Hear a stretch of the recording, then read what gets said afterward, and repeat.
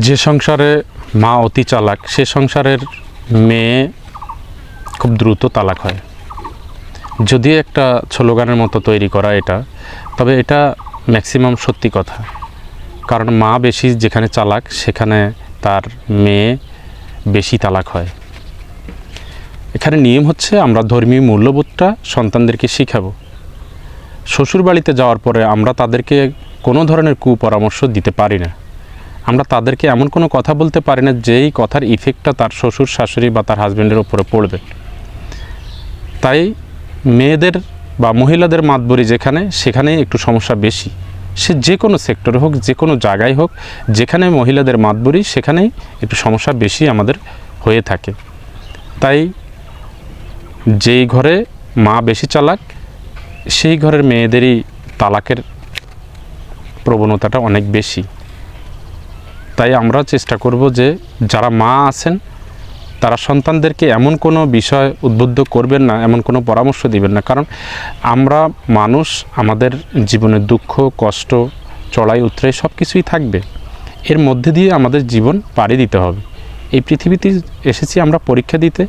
আমরা এখানে পরীক্ষা শেষ হবে মানে আমরা মৃত্যু হবে, আমার পরীক্ষা শেষ। তাই সন্তানদেরকে এমনভাবে শিক্ষা দিবেন, এমনভাবে তাদেরকে ধর্মীয় মূল্যবোধ বোঝাবেন, তাদেরকে কোরআন এবং হাদিসের কথা তাদেরকে বোঝাবেন, তাদেরকে বিজ্ঞানের কথাগুলো বোঝাবেন, তাদেরকে যুক্তি বোঝাবেন। তাদেরকে রাজরানী হয়ে থাকতে হবে শুধু এই উৎসাহ দেওয়া থেকে বিরত থাকবেন। সব কিছুই বুঝতে হবে, সব কিছুই মেনে বুঝে শুনে একটা ফ্যামিলির একজন বউ বা একজন মেয়ে বা একজন শাশুড়ি সবাই বুঝে শুনে জীবনযাপন করতে হবে। একজন শাশুড়ি তার ছেলের বউকে সেইভাবেই দেখবে যেমন করে তার মেয়েকে দেখতো, বা ছেলের বউয়ের মতো করেই দেখুক, অন্ততপক্ষে তাকে মানুষ হিসাবে তাকে দেখতে হবে।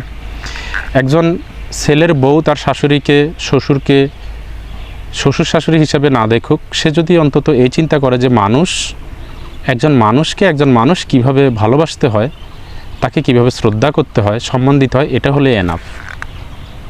এরপরে হচ্ছে শ্বশুর শাশুড়ি, ছেলের বউ। আমরা প্রথমেই যাব হচ্ছে মানুষ হিসাবে তাকে আমরা সম্মান করব, তাকে ভালোবাসবো, তাকে সব কিছু দেখাবো। তারপর হচ্ছে সে আমার নিকট আত্মীয়। আমার শ্বশুর শাশুড়ি মানে কি আমার হাজব্যান্ডের বাবা মা, আমার বাবা মা।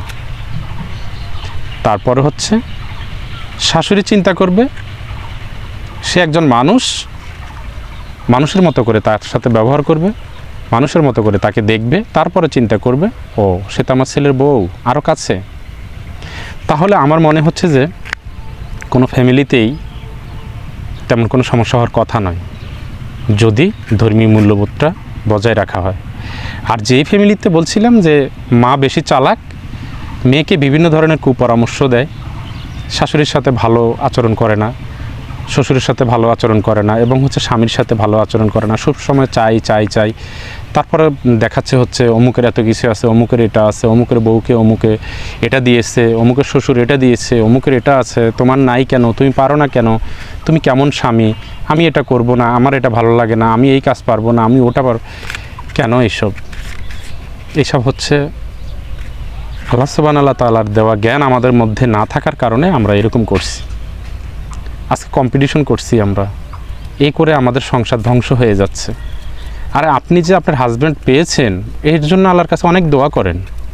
অনেকেই তো হাজব্যান্ড ছাড়া জীবনযাপন করতেছে, অনেকে সন্তানবিহীন জীবনযাপন করতেছে, অনেক হাজব্যান্ডের বাবা মা নেই, অনেক বউরা এরকম চিন্তা করতেছে যদি আমার শ্বশুর শাশুড়ি থাকতো আজকে আমার হাজব্যান্ডের অনেক উপকার হতো। তাই আমরা একে অন্যকে সম্মানবোধ রেখে জীবনযাপন করব।